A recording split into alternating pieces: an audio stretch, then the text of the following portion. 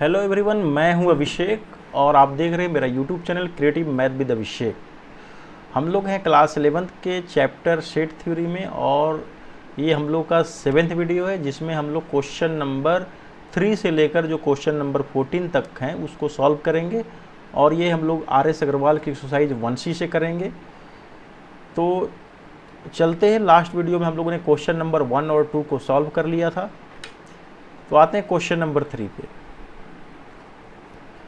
Question number 3 है, if a is equal to set 1 and b is equal to set this, then show that a is not a subset of b।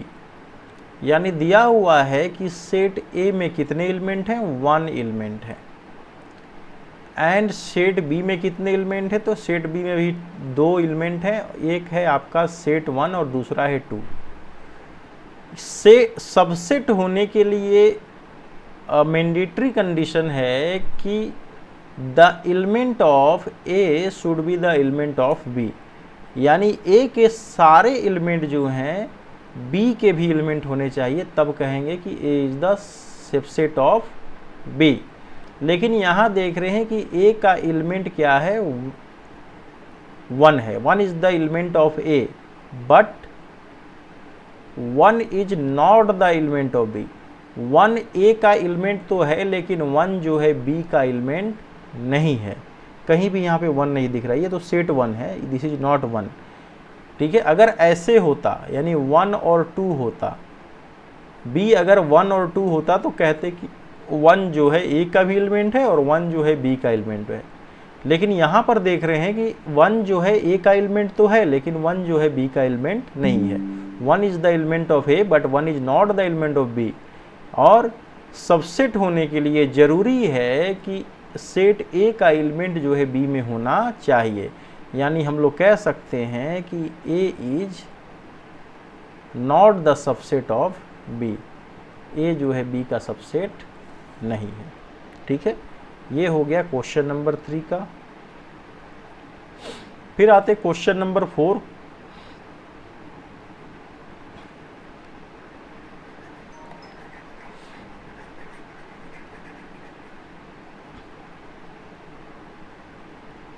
Question number 4 है, write down all subset of each of the following set. यानी जितने भी यहाँ पर set दिए हुए हैं 1 2 3 4 5 6 7 set दिए हुए हैं, उन सारे सेट का हमें क्या लिखना है, तो उन सारे सेट का हम लोग को सबसेट लिखना है।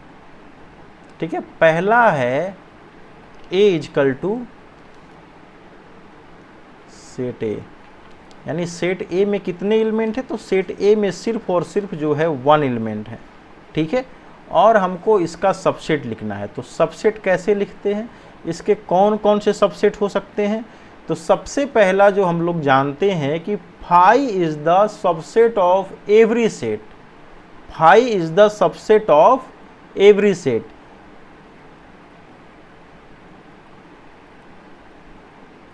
तो phi is the set of every set. तो पहला इसका सबसेट क्या हो गया, फाई हो गया। दूसरा क्या हो गया, तो दूसरा एक सेट हो गया ए। ये दोनों ही इस सेट के क्या हैं, सबसेट हैं। ठीक है, सबसेट ऐसे लिखते हैं। फिर आगे हम लोग सेकेंड, जो कि बी इजकल टू दिया हुआ है ए बी, तो इसके सबसेट क्या होंगे, तो इसके सबसेट होंगे, पहला तो ए हो गया, क्या है, पहला सेट क्या हो गया, पहला सेट ए हो गया। दूसरा सेट क्या हो, एक मिनट, पहला सेट हो गया फाई, क्योंकि phi is the subset of every set. दूसरा क्या हो गया, तो दूसरा हो गया ए। तीसरा क्या हो गया, तो थर्ड हो गया आपका बी। फोर्थ वन क्या हो गया, तो फोर्थ वन हो गया ए बी। ठीक है, यानी इस सेट के कितने सबसेट होंगे, 4 सबसेट होंगे। तो number of subset of B कैसे निकालते हैं, 2 का पावर n। यहाँ n कितना है, तो 1 और 2 है, तो 2 का पावर 2 यानी 4। यानी इस सेट के कितने सबसेट होंगे, तो 4 सबसेट होंगे। वो 4 सबसेट कौन कौन से हैं, तो phi, A B A B, ये 3 जो हैं 4 जो हैं इसके क्या हैं, सबसेट हैं।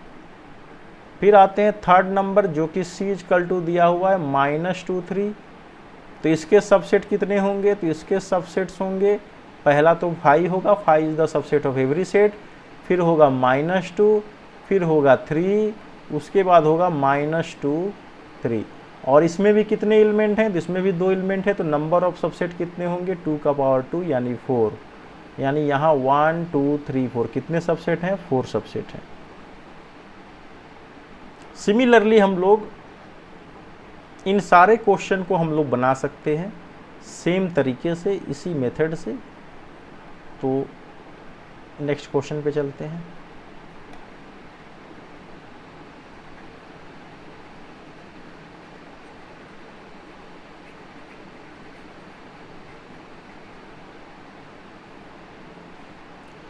एक क्वेश्चन हम लोग देख लेते हैं 6 नंबर।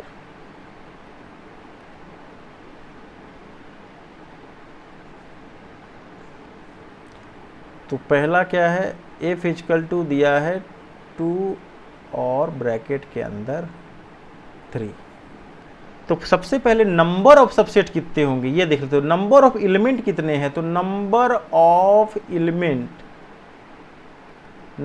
एलिमेंट 2 है, 1 और 2, ठीक है, जिसको हम लोग नंबर ऑफ n भी कहते हैं, n इक्वल टू 2 है, यानी नंबर ऑफ एलिमेंट कितने हैं 2 हैं। तो इसके कितने सबसेट होंगे, तो नंबर ऑफ सबसेट होंगे, नंबर ऑफ सबसेट कितने होंगे 2 का पावर 2 यानी 4 होंगे। वो कौन कौन से सेट सबसेट होंगे, तो सबसेट लिख लेते हैं। तो सबसेट कौन होंगे, पहला तो 5 होगा, 5 is the subset of every set.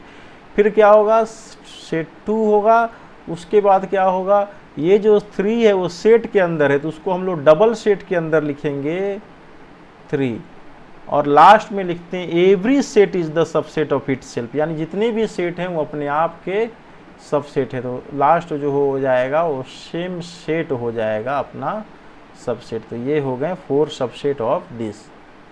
5th number एक लास्ट क्वेश्चन देख लेते हैं। 5th नंबर 5 दिया हुआ है, तो 5 is the set of every set पता है, और 5 भी क्या है अपने आप में एक ये एम्प्टी सेट है, ठीक है, ये क्या है आपका एम्प्टी सेट है, और एम्प्टी सेट अपने आप का सबसेट हुआ, तो इसके कितने सबसेट हो गए 5, 1 का पावर 2 का पावर 5 का पावर, यहाँ कोई एलिमेंट नहीं है, 0 एलिमेंट है, तो 0 का पावर 2 का पावर 0, 0 एलिमेंट मतलब 1,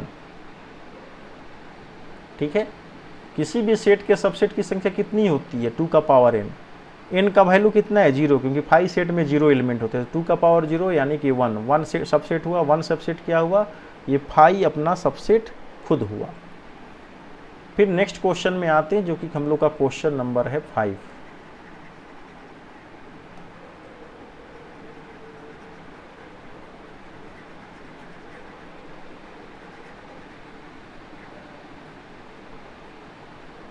क्वेश्चन नंबर 5 में चलते हैं। क्वेश्चन नंबर 5 है express each of the following sets eight interval. सबसे इंपॉर्टेंट क्वेश्चन है इंटरवल में लिखना। कुछ बच्चों को पता ही नहीं रहता है कि इंटरवल क्या होता है, ठीक है, 11th 12th पढ़ जाते हैं लेकिन इंटरवल का पता नहीं होता। तो यहाँ पे हम लोग गौर से देखेंगे कि इंटरवल कैसे लिखा जाता है और इंटरवल क्या होता है। तो सबसे पहले हम लोगों ने बतलाया था आपको 4 इंटरवल के बारे में। वो 4 इंटरवल क्या क्या है, ठीक है, इसको मैं एक बार रिवाइज कर देता हूँ आपको।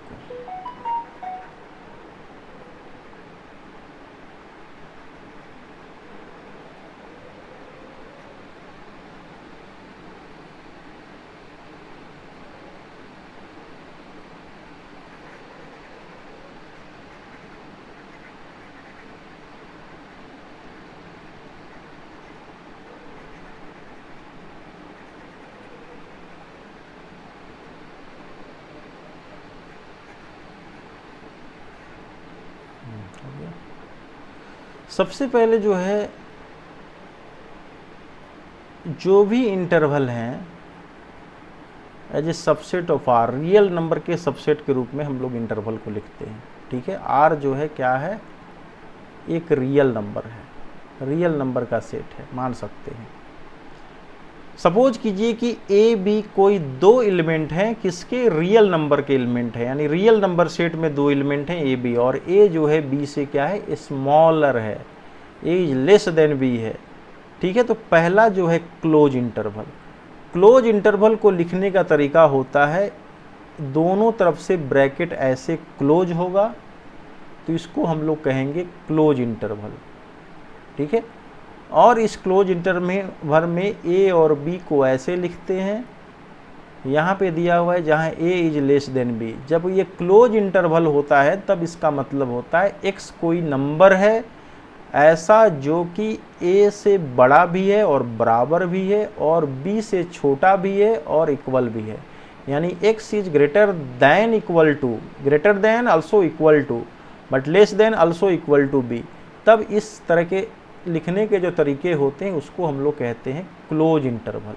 ठीक है, सेकेंड आता है ओपन इंटरवल, जो दोनों तरफ से ओपन ब्रैकेट के अंदर जब हम लोग किसी नंबर को लिखते हैं, इसको लिखने का दूसरा तरीका है स्मॉल ब्रैकेट के अंदर ऐसे लिखना, ये दोनों साइन एक जैसे हैं।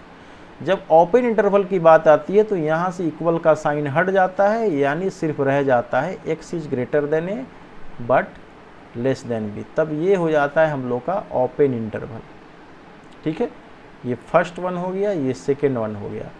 थर्ड में दिया है right half of an interval, यानी दाहिना आधा दाहिना भाग खुला हुआ, यानी आधा दाहिना भाग खुला हुआ मतलब बायां भाग क्लोज है और दाहिना भाग क्या है, ओपन है, यानी ऐसे लिखते हैं।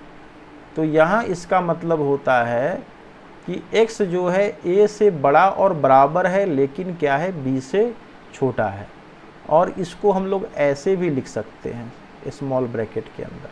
ठीक है, x जो है a से बड़ा और बराबर है लेकिन यहाँ इक्वल का साइन जो है हट जाएगा, तो ये हो जाएगा राइट हाफ ओपन इंटरवल। ये हो गया थर्ड वन। फोर्थ की जो बात आती है left half of an interval, यानी लेफ्ट का आधा खुला रहेगा और राइट का क्लोज रहेगा, इसको ऐसे लिखते हैं। तब यहाँ x जो है a से बड़ा है लेकिन b के इक्वल और लेस देन होगा, ये हो गया। इसको लिखने का तरीका होता है ऐसे, और ऐसे भी हम लोग दोनों साइन से हम लोग लिख सकते हैं, ऐसे भी लिख सकते हैं। ठीक है, यहाँ पे देख लेते हैं ए बी ये क्लोज इंटरवल है, दोनों तरफ से क्लोज है, ना तो बाएं जा सकते हैं और ना दाहिने की तरफ राइट जा सकते हैं, ना लेफ्ट जा सकते हैं। यहाँ दोनों तरफ ओपन है, इसको हम लोग ऐसे भी लिखते हैं और ऐसे भी लिखते हैं, तो ये है ओपन इंटरवल, दोनों तरफ आवागमन की सारी सुविधाएं जो हैं चालू हैं। फिर यहाँ पे हम लोग क्या करते हैं, बाएं साइड में तो क्लोज है और दाहिने साइड में ओपन है, तो ऐसे लिखते हैं या फिर ऐसे हम लोग लिखते हैं। ठीक है, दाहिने ओपन है बाएं क्लोज है। फिर ये क्या है, बाएं ओपन है और दाहिने क्लोज है, लेफ्ट ओपन राइट क्लोज्ड, तो इसको ऐसे भी लिखते हैं हम लोग, ए और बी ऐसे भी लिखते हैं। ठीक है, तो हम लोगों ने क्लोज इंटरवल देखा। अब आते हैं हम लोग क्वेश्चन पे। क्वेश्चन नंबर 5 में क्या करना है, इनको जो है हम लोग को क्या करना है, एज ए इंटरवल लिखना है। तो पहला जो है आपका a is equal to X such that x belongs to real number, और ये है -4x और 0। तो यहाँ देख रहे दोनों तरफ जो है आपका, दोनों साइड में जो है आपका इक्वल का साइन गायब है, और ये इक्वल का साइन कहाँ नहीं होता है, तो इक्वल का साइन नहीं होता है ये आपका ओपन इंटरवल में। ठीक है, इक्वल का साइन नहीं होता है ओपन इंटरवल में, तो ओपन इंटरवल ऐसे लिखते हैं, या फिर ओपन इंटरवल हम लोग ऐसे लिखते हैं। तो किसी भी तरीके से लिखेंगे तो इधर -4 और इधर 0 आ जाएगा। ठीक है, और इधर हो जाएगा -4 और 0, ऐसे लिख सकते हैं ओपन इंटरवल को। ठीक है, ओपन इंटरवल दोनों तरफ ओपन, ये भी उसका साइन है ओपन का और ये भी उसका साइन है ओपन का। सेकेंड वन क्या है, b is equal to x such that x belongs to r less than x3। यहाँ देखेंगे कि लेफ्ट साइड में तो क्लोज्ड है, क्लोज्ड का मतलब हुआ अगर ऐसा साइन दिया हुआ है या फिर ऐसा साइन दिया हुआ है तो इसको हम लोग क्लोज्ड मानते हैं। ठीक है, और ये इक्वल का साइन हटाकर या तो ऐसा दे दिया या फिर ऐसा दे दिया, तो इसको मानते हैं हम लोग ओपन। ध्यान से देखिएगा, क्लोज किसको मानते हैं, ऐसा साइन हो तो ये क्लोज्ड है। अच्छी जगह पे लिख देता हूं,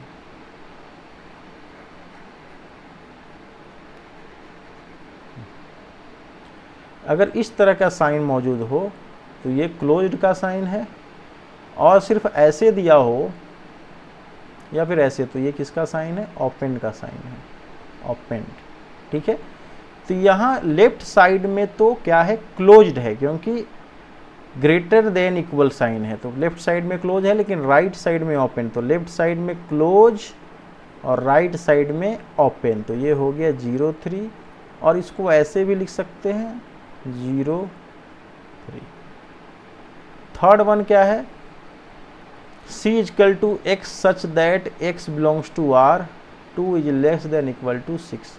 यहाँ देखिए राइट में क्लोज है और लेफ्ट में ओपन है, तो राइट में क्लोज है तो लेफ्ट में ओपन और राइट में क्लोज, या फिर ऐसे भी लिख सकते हैं लेफ्ट में ओपन और राइट में क्लोज। फिर आते हैं फोर्थ में। फोर्थ में दिया हुआ है x such that x belongs to R -5 less than x equal to less than equal to 2, तो यहाँ दोनों साइड में क्लोज्ड है, तो क्लोज्ड को कैसे लिखेंगे, -5 और 2। इस तरीके से हम लोग जितने भी इंटरवल्स हैं उसको लिख सकते हैं। तो चलते हैं क्वेश्चन नंबर 6 में, बाकी 5 और 6 भी बिल्कुल ऐसे ही हम लोग लिख सकते हैं।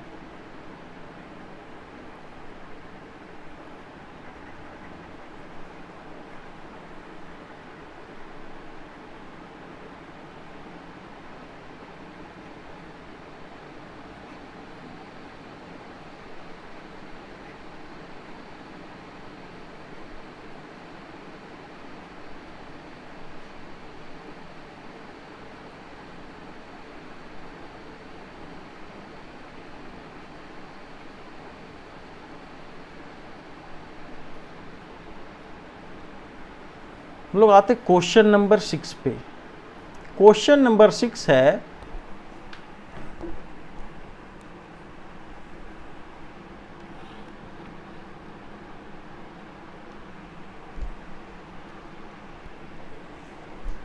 क्वेश्चन नंबर 6 है right each of the following interval in the set builder form. इसके पहले जो क्वेश्चन दिया था वो किस में दिया था, ये सेट बिल्डर फॉर्म है, ठीक है, और हमको किस में लिखना था, रोस्टर फॉर्म में लिखना था। तो यहाँ जो दिया हुआ है ये जो आपका सेट बिल्डर फॉर्म है, रोस्टर फॉर्म में दिया हुआ है, हम लोग मान सकते हैं इसको, या फिर इंटरवल के रूप में दिया हुआ है, इसको मान सकते हैं कि हम लोग को सेट बिल्डर के फॉर्म में लिखते हैं। तो ये सारे के सारे जो लिखे हुए कौन से फॉर्म है, ये सेट बिल्डर फॉर्म है।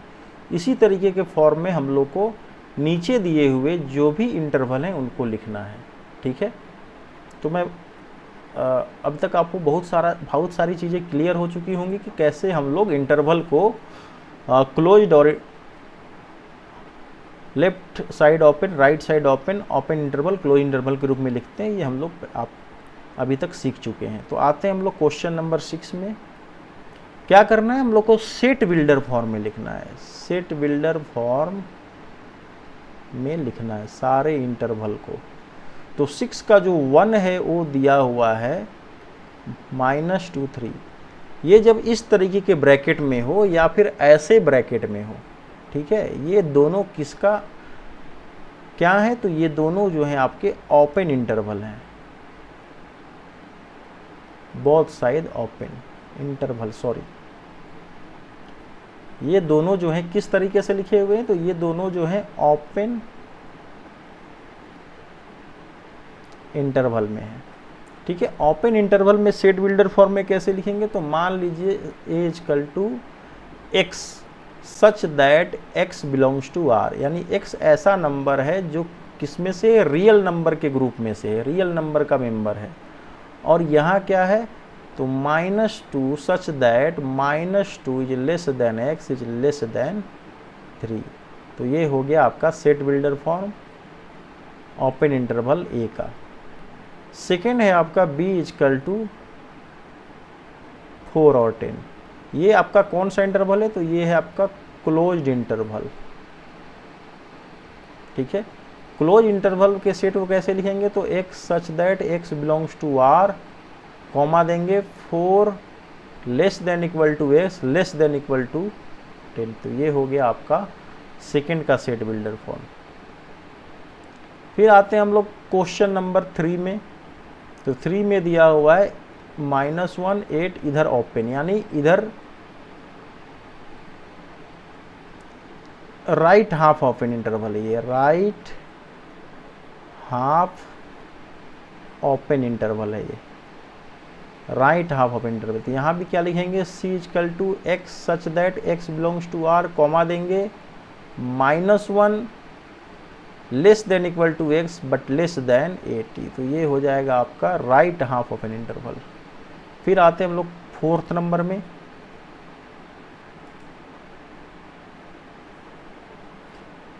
फोर्थ नंबर है हम लोग का d इक्वल टू 4 9। तो यहाँ देखिए ये लेफ्ट हाफ ओपन इंटरवल है, लेफ्ट हाफ ओपन इंटरवल है।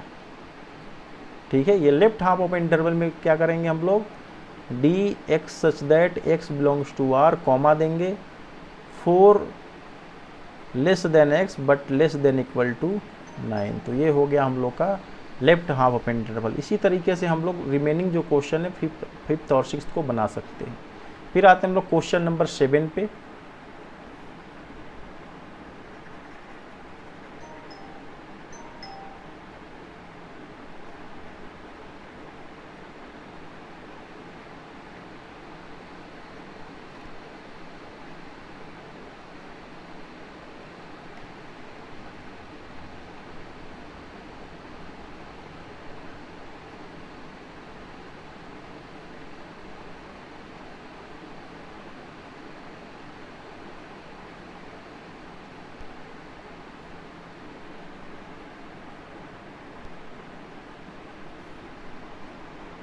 क्वेश्चन नंबर 7 पे आते हैं।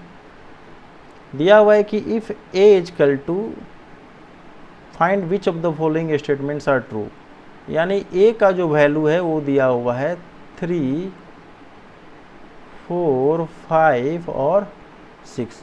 इसमें बतलाना है कौन सा स्टेटमेंट ट्रू है और कौन सा स्टेटमेंट जो है आपका फॉल्स है। चलते हैं, ठीक है। If a equal to symbol of set 3 set 4 5 and 6 find which of the following statements are true, इनमें से कौन सा स्टेटमेंट ट्रू है ये हम लोग को बतलाना है। तो सबसे पहले दिया हुआ है 4 5 इज द सबसेट ऑफ ए। 4 5 जो है एक सेट के अंदर है और सेट के अंदर एक सेट है, यानी 4 5 जो है सेट के अंदर एक सेट है, मतलब जो सेट है 4 5 का वो क्या है? इसका एलिमेंट है।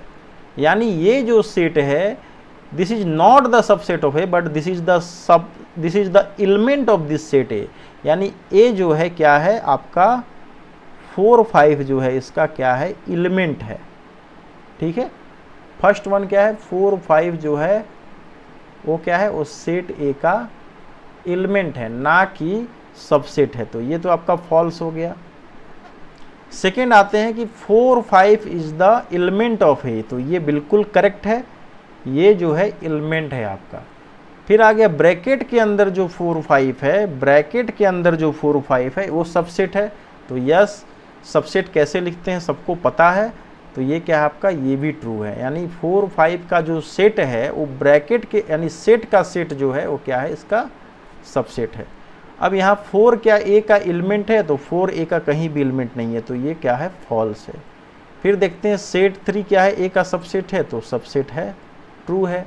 फिर ब्रैकेट के अंदर जो 5 है इसका सबसेट है, तो ये फॉल्स है, क्योंकि 5 इसका कोई मेंबर नहीं है, तो 5 को ब्रैकेट के अंदर नहीं ले सकते। हाँ, 5 इज द सबसेट ऑफ ए, ये करेक्ट है, 5 इसका सबसेट है, करेक्ट है, लेकिन ब्रैकेट के अंदर 5 यानी सेट 5 जो है इसका मतलब कि ये 5 जो इसका एक एलिमेंट है वो नहीं है, ये तो क्या है? फॉल्स है।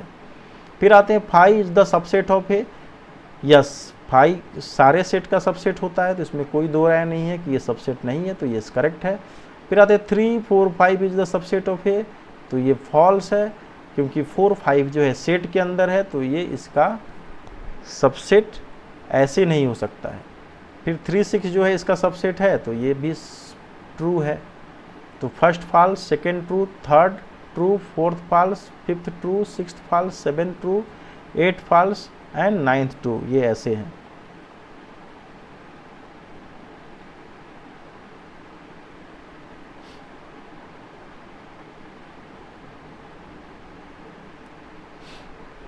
फिर आते हैं क्वेश्चन नंबर हम लोग 8 पे।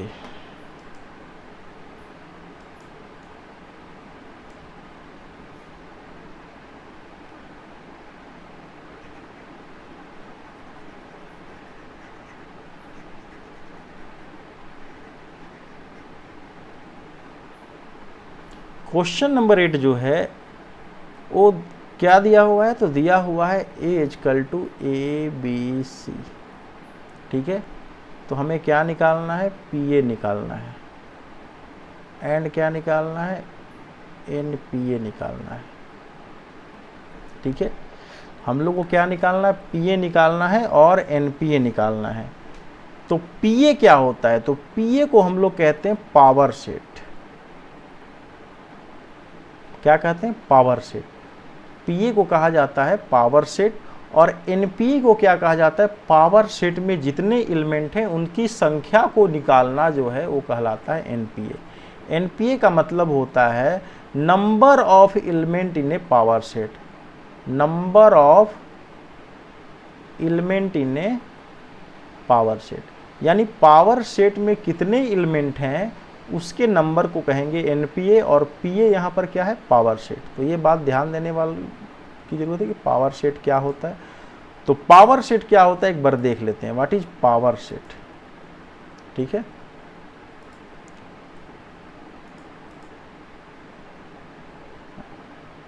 Power set, the set of all subsets of A given set A is called a power set.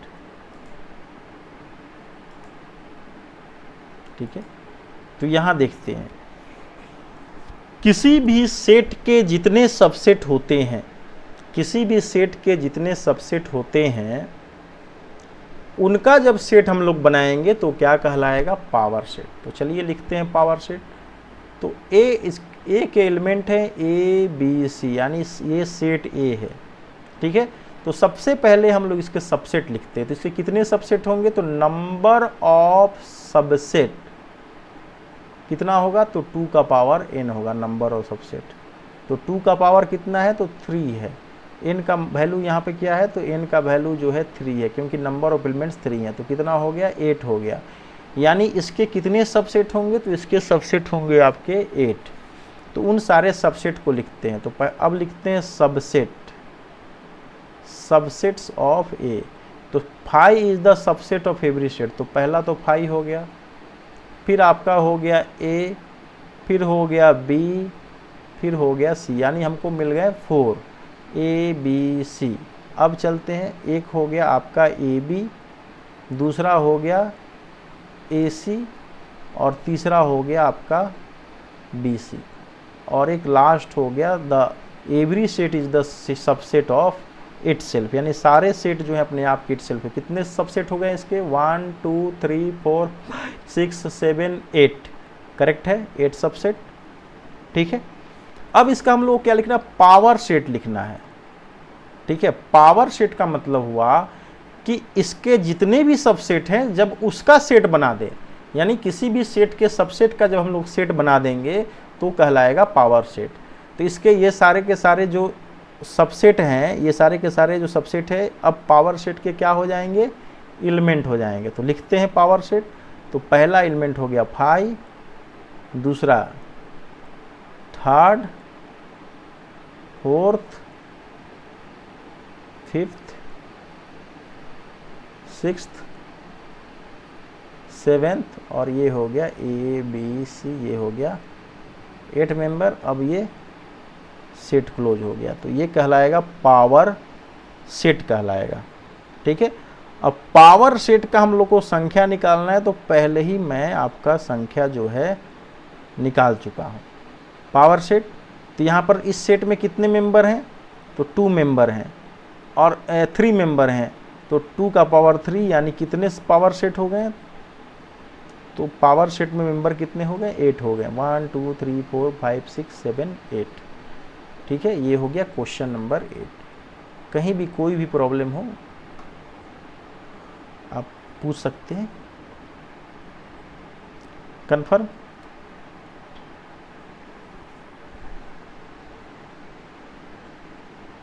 अब आते हैं क्वेश्चन नंबर 9, बिल्कुल सेम है।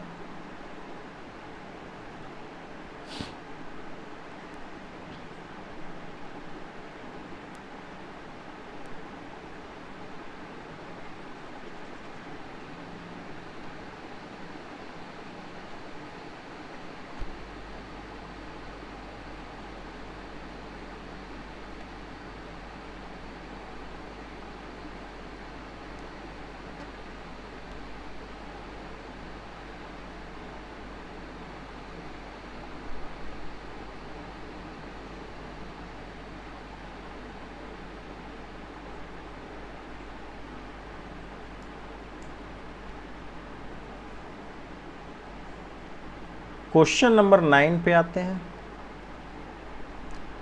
क्वेश्चन नंबर 9 में set A is equal to 1 और ये सेट है आपका।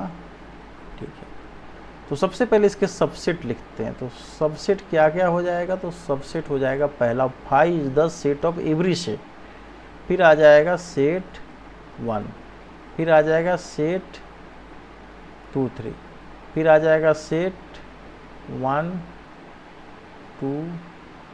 Every set is the subset of itself, यानी इसके कितने सबसेट हुए? 1 2 3 4। अब क्या लिखना हमको? पावर सेट लिखना है। तो पावर सेट में ये सारे एलिमेंट आ जाएंगे 5, set 1, set of 2 3, set of 1 2 3 और ये ब्रैकेट बंद हुआ और ये हो गया, यानी ये हो गया पावर सेट। और पावर सेट के एलिमेंट लिखने हैं तो 2 का पावर, कितना मेंबर है यहाँ पे? 1 2 2 मेंबर है, तो 2 का पावर 2 यानी 4।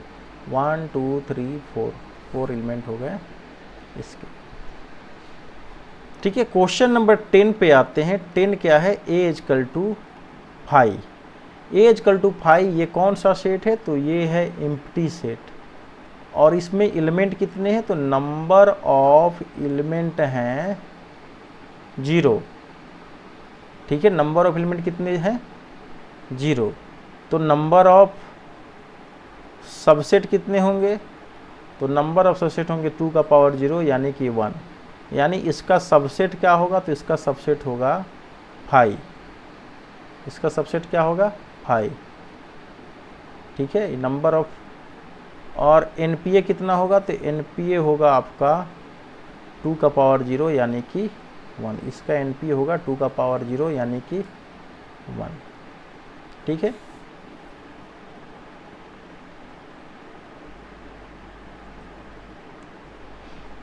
फिर आते हैं क्वेश्चन नंबर 11 और 12 में।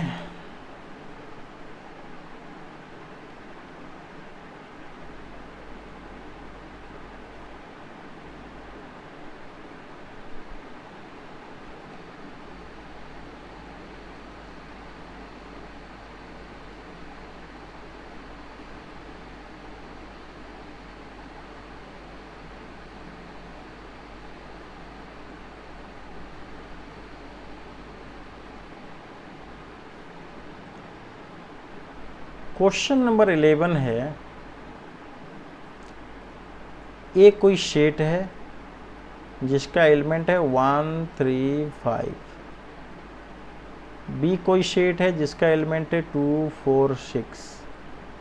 और सी कोई एलिमेंट है जिसका एलिमेंट है 0 2 4 6 8। तो हमको क्या लिखना है? इन तीनों सेट का हमको क्या लिखना है? यूनिवर्सल सेट लिखना है। VERSL, यूनिवर्सल सेट लिखना है। तो यूनिवर्सल सेट क्या होता है? यूनिवर्सल सेट एक ऐसा सेट होता है जिसमें इन सारे सेट के एलिमेंट मौजूद होने चाहिए। यानी सेट ए बी सी के सारे एलिमेंट अगर किसी सेट में मौजूद हैं तो उसको हम लोग कहेंगे उन तीनों का यूनिवर्सल सेट।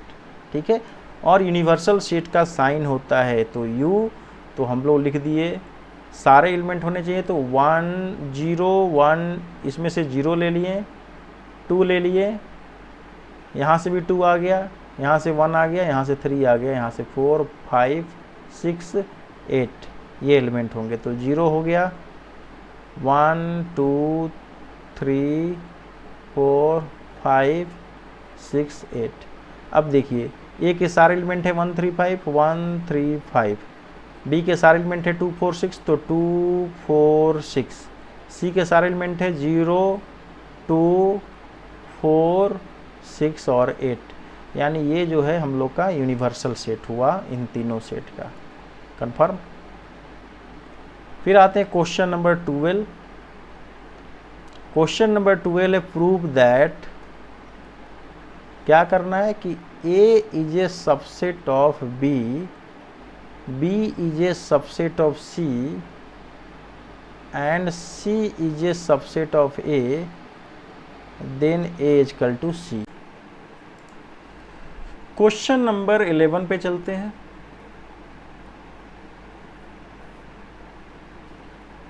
क्वेश्चन नंबर 11 है, sorry question number 12।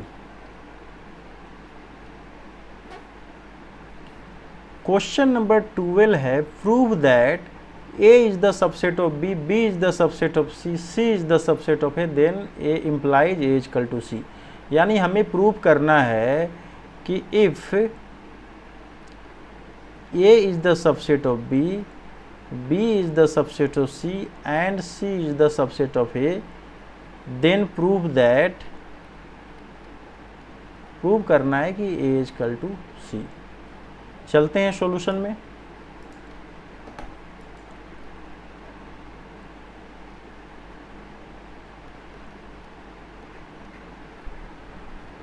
It is given that, यानी दिया हुआ है कि, क्या दिया हुआ है कि दिया हुआ है कि A is the subset of B and B is the subset of C, यानी A जो है B का सबसेट है और B जो है C का सबसेट है, यानी कि element of A is in B and element of B is in C, यानी A के एलिमेंट जो है B में है और B के सारे एलिमेंट जो है C में है।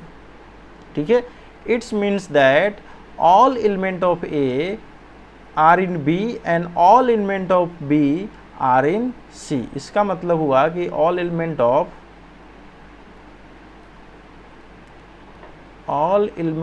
A are in B and all element of A B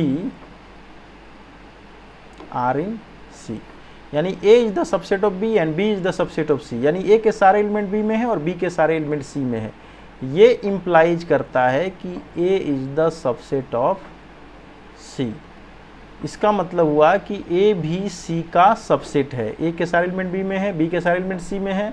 इसका मतलब क्या हुआ कि A के सारे एलिमेंट किस में हैं, C में है। इसका मतलब हुआ hence all elements of A are in C, यानी A के सारे एलिमेंट किस में है, C में है। इसका मतलब हुआ कि A is the subset of C, A जो है C का क्या है, सबसेट है।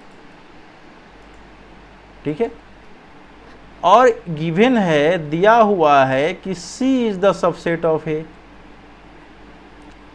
ये दिया हुआ है कि C जो है A का सबसेट है। तो फ्रॉम 1 एंड 2, इक्वेशन 1 और 2 से देखते हैं कि A C का सबसेट है और एक दिया हुआ है कि C जो है A का सबसेट है। तो जब दोनों जो हैं एक दूसरे के सबसेट हैं, इसका मतलब है कि A is equal to C, यानी बोथ आर इक्वल सेट। दोनों जो हैं कौन से सेट हैं, इक्वल सेट्स हैं। ठीक है, बहुत इजी है। फिर आते हैं नेक्स्ट क्वेश्चन में।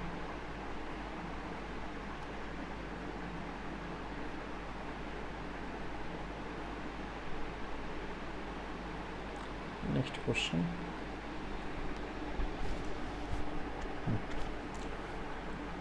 नेक्स्ट क्वेश्चन 13 है, in any set A prove that A is a subset of phi that is implies that A is phi. यहाँ दिया हुआ है कि ए क्या है, सबसेट है फाई का, और फाई क्या है, तो फाई जो है एम्प्टी सेट है, इसमें कोई एलिमेंट होता ही नहीं है। ठीक है, फाई क्या है, एम्प्टी सेट है, और ए जो है किसका सबसेट है, फाई का है। मतलब इसका मतलब हुआ, ये इम्प्लाई करता है ए हैज़ नो एलिमेंट। ठीक है, लिख सकते हैं A is a subset of phi and phi is an empty set. Empty set है, that means phi has no element. इसको स्टेटमेंट के रूप में लिख लेते हैं। ठीक है,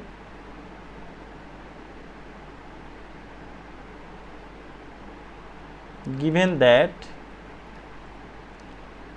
A is a subset of phi, phi is empty set, phi has no element, ये इम्प्लाई करेगा A has no element, यानी A जो है फाई का सबसेट है और फाई में कोई एलिमेंट होता ही नहीं है, तो A में भी कोई एलिमेंट नहीं होगा। इसका मतलब हुआ कि A is an empty set, A भी क्या है, एक एम्प्टी सेट है। Hence we can write that A is equal to phi, यानी A भी क्या है, फाई के इक्वल है। फिर आते हैं क्वेश्चन नंबर 14, जो कि इस एक्सरसाइज 1C का लास्ट क्वेश्चन है। उसके बाद हम लोग फिर नेक्स्ट एक्सरसाइज में इंटर कर जाएंगे, जहां हम लोग को पढ़ना है ऑपरेशंस ऑन सेट्स, सेट्स के ऊपर जो ऑपरेशंस होते हैं, जैसे union of set, intersection of sets, disjoint set, intersecting sets, symmetric difference of two sets, difference of sets, complement of set, ये सारी चीज़ें पढ़नी है। उसके बाद हम लोग का ये जो चैप्टर है लगभग 80% ख़त्म हो जाएगा, और फिर हम लोग लास्ट में चलेंगे वेन डायग्राम में। तो चलते हैं क्वेश्चन नंबर 14 में।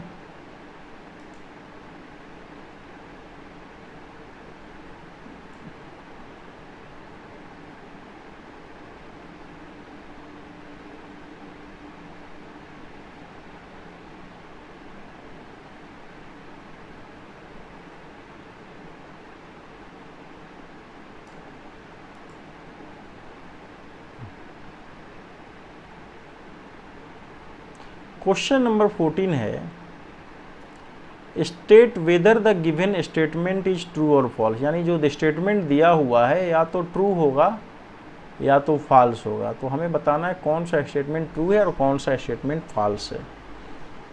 यहाँ दिया हुआ है कि A is the subset of B, यानी A जो है B का सबसेट है। इसका मतलब हुआ कि A के सारे एलिमेंट जो हैं B में मौजूद हैं। A is the subset of B मतलब कि A के सारे एलिमेंट जो हैं B में मौजूद हैं। ठीक है, और यहाँ क्या है, X जो है B का मेंबर नहीं है और X जो है A का मेंबर नहीं है। तो क्या ये करेक्ट है?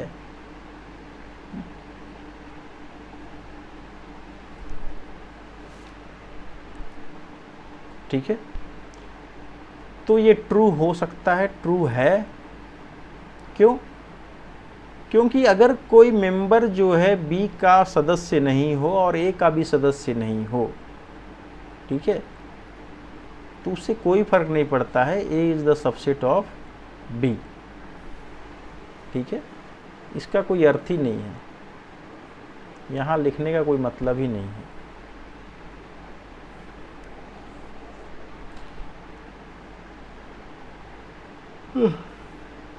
क्वेश्चन नंबर 2 है, A is the subset of phi, A जो है फाई का सबसेट है। इसका मतलब कि A भी क्या है, एम्प्टी सेट है। ठीक है, तो ये भी क्या है, आपका ट्रू है। अगर A जो है फाई का सबसेट है, इसका मतलब है कि A में कोई एलिमेंट नहीं है, क्योंकि फाई में कोई एलिमेंट नहीं होता है। ठीक है, यानी A जो है एम्प्टी सेट है, ये भी ट्रू है। यानी empty set is the subset of empty set हो सकता है। Phi is the subset of every set, but empty set is the subset of empty set, यानी every set is the itself है सबसेट ऑफ इटसेल्फ। ठीक है, question number 3 है if A B C are the 3 set such that, यानी 3 set हैं A B सी, ऐसा है कि ए बिलोंग्स टू बी। ठीक है, A belongs to B, B is the subset of C and A is the subset of C, यानी B जो है सी का सबसेट है और ए जो है सी का सबसेट है। ठीक है, एग्जाम्पल से समझ लेते हैं। यहाँ दिया हुआ है कि ए जो है बी का एलिमेंट है। ठीक है, तो मान लिया हम लोग का सेट जो है ए है, ए में मान लीजिए एक एलिमेंट है ए, और ए जो है इसका बी का एलिमेंट है, यानी बी में ये सदस्य होना चाहिए। तो मान लीजिए ये बी हो गया, बी में ये मेंबर हो गया ए और ये बी, और सी में भी ये मेंबर है। तो कह then A is a subset of C, तो क्या ए जो है सी का सबसेट है? तो ये क्या है, फॉल्स है, नहीं, ए जो है सी का सबसेट नहीं है। क्वेश्चन नंबर 4 में आते हैं if A B C are 3 set such that A is a subset of B, B belongs to C and A is a C. इसका भी एग्जांपल ले लेते हैं। A is a subset of B, तो A मान लिए B का subset है, यहाँ ए एलिमेंट है और यहाँ भी ए है, तो ए इसका सबसेट है। और B belongs to C, B के सारे एलिमेंट जो है सी में मौजूद हैं, तो ए बी जो है सी में मौजूद है एज ए सेट के रूप में, तो ये भी सही है। तब क्या ए सी का एलिमेंट है? तो ए सी का एलिमेंट है, तो कहाँ ए सी का एलिमेंट है? ठीक है, ए जो है इसमें मौजूद है ही नहीं, तो ये फॉल्स है। फिर आते हैं क्वेश्चन नंबर 5 में if A B C are 3 set such that, यहाँ भी एग्जाम्पल ले लेते हैं A is not the subset of B, तो ऐसा एग्जाम्पल ले लिए जिसमें ए मौजूद नहीं है बी में, और B is not the subset of C, यानी बी का एलिमेंट भी क्या है, सी में मौजूद नहीं है। तो तीनों का एलिमेंट जो है हम लोग क्या कर लिए, डिफरेंट कर लिए। ठीक है, कोई किसी का सेट सबसेट नहीं है, तो क्या ए सी का सबसेट होगा? तो ये भी नहीं होगा। होगा कि नहीं होगा?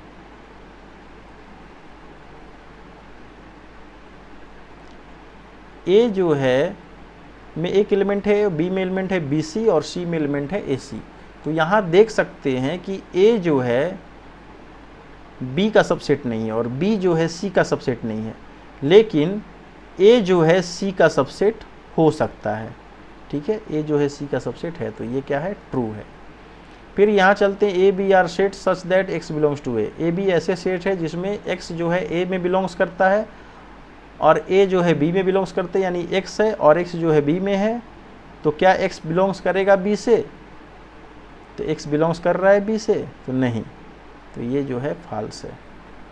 ठीक है, तो हम लोग का एक्सरसाइज 1C यहीं समाप्त होता है। फिर मिलेंगे नेक्स्ट वीडियो में नेक्स्ट एक्सरसाइज के साथ, नेक्स्ट टॉपिक के साथ, जिसमें हम लोग पढ़ेंगे operations on set, intersection, union of set, intersection of set, disjoint set, complement of set, intersecting sets, symmetric set.